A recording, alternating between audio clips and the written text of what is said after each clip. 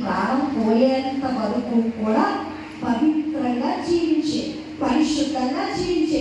చర్చ వచ్చినప్పుడు మాత్రమే కాదు, చాలా మంది చర్చ వచ్చినప్పుడు చెప్పులు విడిచి వస్తారే, అలాగా ఆ గంట 2 గంటలు పవిత్రంగా ఉందామని వస్తారు.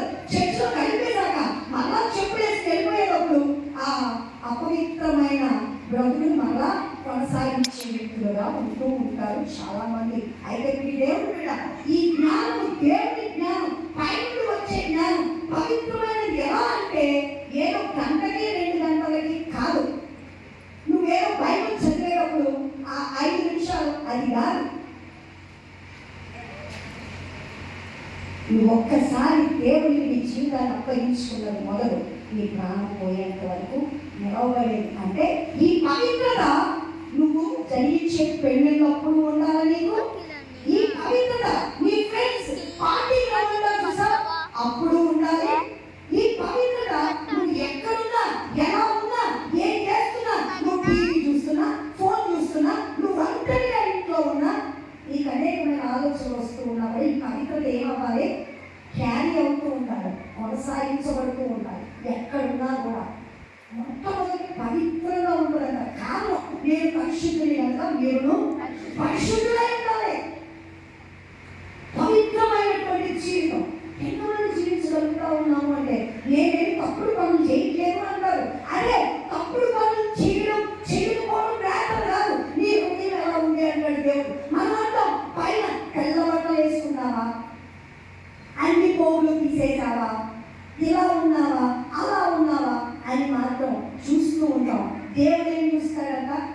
లోన హృదయం ఎలాంటి ఆలోచనలతో ఉంది, ఎలాంటి తలంపులతో ఉంది, ఏ రీతిగా ఉంది అని దేవుడు చూస్తాడంట. అలా అని ఇష్టం వచ్చినట్టు బట్టలు వేసుకోమని, ఇష్టం వచ్చినట్టు ఉండమని కాదు నా ఉద్దేశం. పైన దేవుడు చూడలేదు కాబట్టి ఇష్టం వచ్చినట్టు ఊరేమని చెప్పట్లా దేవుడు. మెయిన్ పరిశుద్ధంగా నీ హృదయాన్ని ఉంచుకో. ఎప్పుడైతే నీ హృదయం పరిశుద్ధంగా ఉందో ఆటోమేటిక్గా పైన ఉండే పరిస్థితులన్నీ కూడా మారిపోతాయి. కానీ లోకం అంటే పైన కనబడే మంచిగా ఉండు, తర్వాత లోన ఎవరు చూసి వచ్చాడే అంటది లోకం. కానీ లోనదే దేవుడు చూస్తాడు. నువ్వు లోన నుండి ట్రాన్స్ఫర్ అవ్వాలి అని దేవుడు చూస్తూ ఉన్నాడు. పవిత్రత నువ్వు ఒక్కడిగా ఉన్నా, ఒంటరిగా ఉన్నా, మీరు ప్రాణం పెట్టే పరిస్థితుల మధ్య ఉంటా ఉన్నా, తాగుబోతుల మధ్యన ఉన్నప్పుడు ఎలా ఉన్నదే పవిత్రత ఉంటుందా? ఉండదు.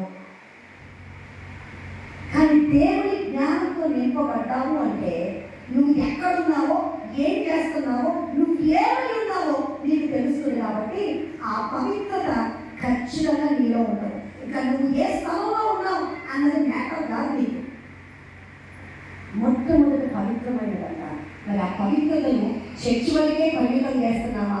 మన కుటుంబానికి తీసుకువెళ్తున్నామా? మన ఉద్యోగానికి తీసుకువెళ్తున్నామా? మన వ్యాపారానికి తీసుకువెళ్తున్నామా? మనం నడి రోడ్డు మీద నడుచుకుంటూ వెళ్తా ఉన్నప్పుడు తీసుకెళ్తా ఉన్నామా? మన స్నేహితులు, బంధువులు, ఆత్మీయులు, ఆఖరికి పెళ్ళిళ్ళు, పేరంటాల్లో ఈ పవిత్రత ఉంచుకున్నామా? పరిశుద్ధ వివాహ ఆహ్వానం పత్రిక అందరికీ పంచి పెడతాం. ఏముంది పరిశుద్ధత? పెళ్ళిలో అన్ని లోకానుసారమైన పద్ధతులేగా ఈ రోజున. ఇదివరకు వేరేగా ఉండేది, ఇప్పుడు లోకంలో ఉన్నవన్నీ కూడా తీసుకొచ్చేసారు. పాస్టర్ గారు ఉన్నంతసేపు ఏమి మాట్లాడు, ఈ వెళ్ళిపోయాడో లేదు అంతే. మొత్తం లోకంలో ఉన్నదంతా వచ్చి ఆ పెళ్లిలోనే ఉండదు. అవును కదా? అదే పరిశుద్ధత, పవిత్రత ఏదో ఒక సమయానికి, ఒక సందర్భానికి కాదు. నీ జీవితానికి సంబంధించి, నీ బ్రతుకి సంబంధించి, నీ హృదయానికి సంబంధించి. దేవుడు అన్నాడు మొట్టమొదట దేవుని జ్ఞానం పవిత్రతతో ఉంటుంది, పరిశుద్ధంతో ఉంటుంది అని చెప్పి అంటాడు. ఇక్కడ మనకు హోషేయ ఆయనేమో దేవుని జ్ఞానం ఎలా సంపాదించుకుందాం అని అంటుంటే, ఇక్కడ యాకోబు మాత్రం అసలు దేవుని జ్ఞానం ఎలా ఉంటుందో చెప్తా ఉన్నాడు.